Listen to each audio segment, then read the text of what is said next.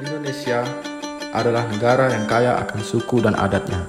Di video kali ini, kami akan membahas suku yang ada di Kalimantan, yaitu suku adat Dayak Kalis. Selamat menyaksikan.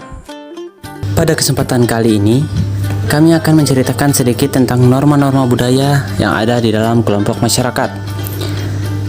Kelompok masyarakat yang kami pilih yaitu adalah suku Dayak Kalis. Sedikit cerita, suku Dayak Kalis merupakan subrumpun suku Dayak yang berdomisili di Kecamatan Kalis, Kabupaten Kapuas Hulu, Kalimantan Barat.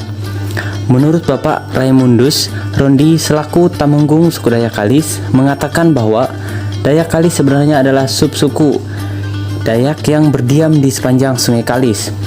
Tatanan kehidupan masyarakatnya hingga kini masih memegang teguh aturan adat istiadat atau hukum adat nenek moyang yang diturunkan secara lisan oleh para tertua adat dan para pemegang adat yang ditunjuk. Yang dimaksud dengan hukum adat Dayak Kalis adalah hukuman atau aturan yang terdiri dari norma-norma kesopanan, kesusilaan, ketertiban, sampai kepada norma-norma keyakinan dan kepercayaan yang dihubungkan dengan alam gaib dan Sang Pencipta yang menjamin keadilan.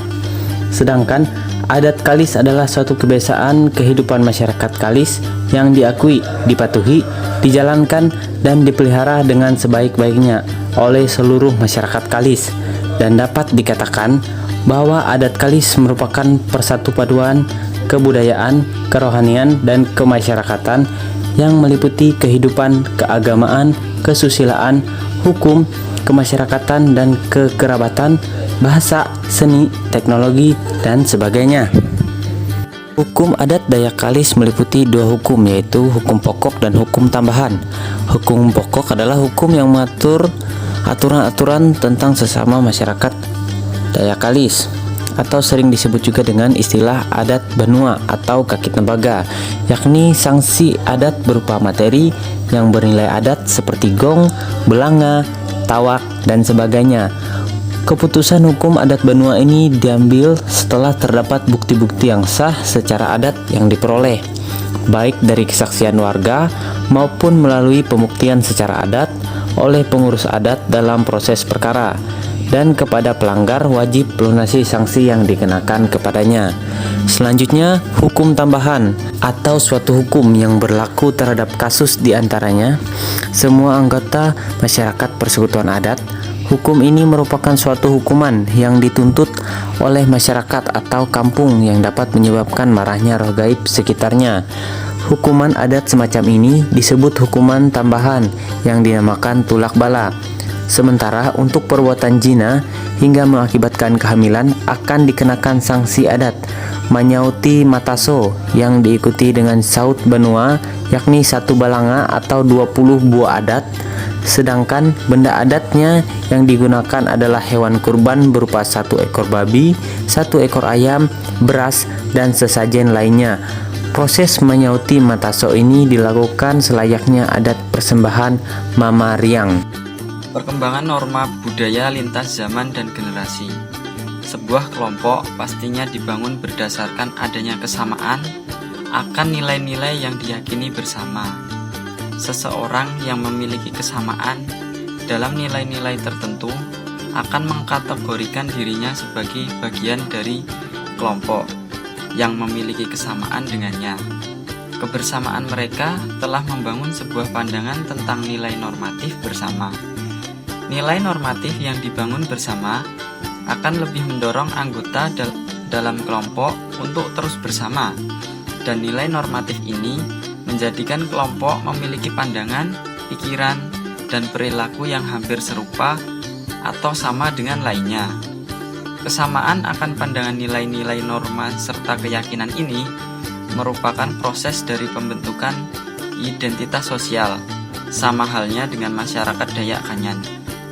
Mereka memilih keyakinan yang sama, nilai dan norma yang sama. Kesamaan akan nilai-nilai ini membentuk nilai normatif masyarakat Dayak. Nilai normatif yang dibangun bersama ini membuat masyarakat Dayak memiliki perilaku, pikiran yang serupa, dan yang lainnya. Sebagaimana contoh masyarakat Dayak memiliki perilaku solidaritas, Nilai-nilai normatif masyarakat Dayak ini dibangun berdasarkan kesamaan keyakinan, baik itu keyakinan agama maupun keyakinan bersama atas mitos-mitos yang diyakini.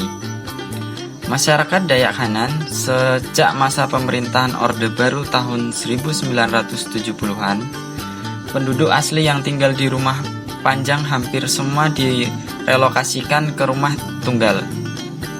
Kehidupan solidaritas di rumah panjang lama-lama menjadi hilang karena adanya relokasi penduduk asli Dayak. Bukan hanya karena alasan relokasi, tetapi faktor lain pun menyebabkan banyaknya penduduk di rumah panjang untuk memilih tinggal di dalam rumah tunggal. Kejadian perpindahan pola tempat tinggal ke rumah tunggal ini menjadi awal dari perubahan identitas sosial masyarakat Dayak. Perubahan identitas sosial ini dikarenakan minimnya penopang hidup solidaritas masyarakat Dayak. Sesuai dengan penjelasan sebelumnya bahwa solidaritas sosial masyarakat Dayak didukung oleh hubungan darah yang terjalin di rumah panjang. Jika semakin banyak penduduk di rumah panjang yang memilih untuk tinggal dalam rumah tunggal, maka semakin berkurang anggota keluarga yang memiliki hubungan darah yang dapat menopang hidup solidaritas. Perkembangan atau keterancaman hilangnya budaya tersebut. Sesuai dengan perkembangan zaman, perlu adanya upaya pelestarian nilai-nilai adat istiadat leluhur ini agar tetap terjaga kelestariannya. Sebagai upaya melestarikan adat istiadat leluhur, dipandang perlu menginventarisir kembali serta membukukan nilai-nilai adat khususnya yang bersifat mengatur. Upaya pertama penulisan hukum adat suku Dayak Kalis telah dilakukan melalui musyawarah masyarakat adat Dayak Kalis pada tahun 1997. Khususnya oleh kelompok kerja hukum adat yang dikoordinir oleh Bapak YP Paulaus SH dengan narasumber para tetua adat kampung. Upaya penyempurnaan terus dilakukan dengan tetap mengacu pada nas-nas murni serta istilah pokok yang digunakan berikut penyesuaian nilai adat yang dikaitkan dengan nilai rupiah. Itu saja yang dapat kami sampaikan mengenai budaya suku adat Kalis. Terima kasih telah menyaksikan.